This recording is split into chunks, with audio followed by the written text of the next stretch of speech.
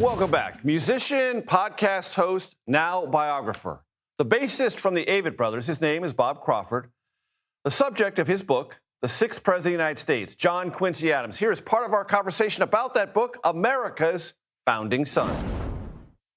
Is there anyone more fascinating across the span of American history than John Quincy Adams? There is not. There isn't, honestly. No, because we think about, look, you want to rise to the top. We're taught to ascend to the top of whatever profession or whatever sport we're playing. Everybody wants to be the best. Everybody wants to, as Springsteen once said in an outtake, everybody wants to be the man on top. But what John Quincy Adams teaches us is public service is the key, is the essence of this democracy. And so he ascends to the presidency, has a failed one-term presidency, and he goes to Congress. He serves for 18 years. And it's there that he defines himself as a man and as a politician. And there's like 100 years where John and John Quincy Adams are central to the entire American evolutionary political experience. Absolutely.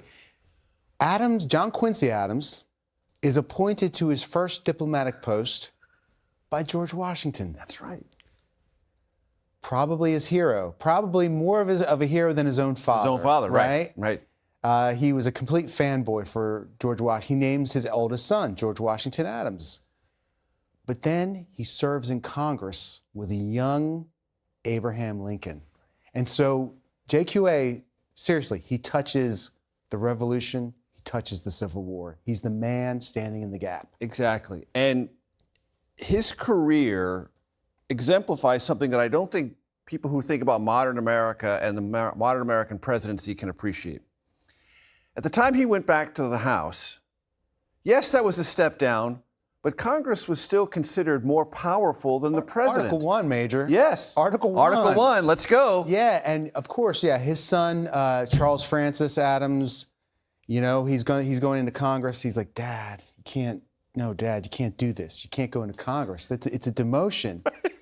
But no, you know, think about this. You've got 2 terms for Monroe. You got 1 term for JQA. You've got 2 terms for Jackson. And then you have a series of 1-term presidents all the way to Lincoln. All the way to Lincoln. And so the presidency, yes, Andrew Jackson expands the reach of executive power. No doubt. To the point where it terrified half the country into forming a coalition called the Whig Party to counteract him. But Congress and the Senate, by and far, Article 1 was the more powerful branch of the 3 branches. And after Andrew Jackson's presidency, you had this series of 1-term mediocrities, rendered mediocre by their inability to figure out what to do about the central question of the future of the American experiment, slavery. Right.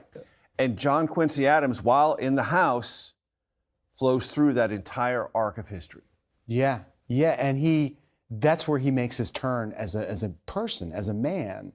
We love our TV shows. We're living in the golden age of television. They say the second golden age of television, because we love characters. Typified by this program. Absolutely. And typified by characters who make these turns. And Adams does that, right? When he's president, he is the establishment. He is really a part of his father's generation. Right, the old guard. While you have this wild, unwieldy populist democracy rising throughout the country, typified by Andrew Jackson and his Democratic Party. But it's the issue of slavery that will define Adams in Congress.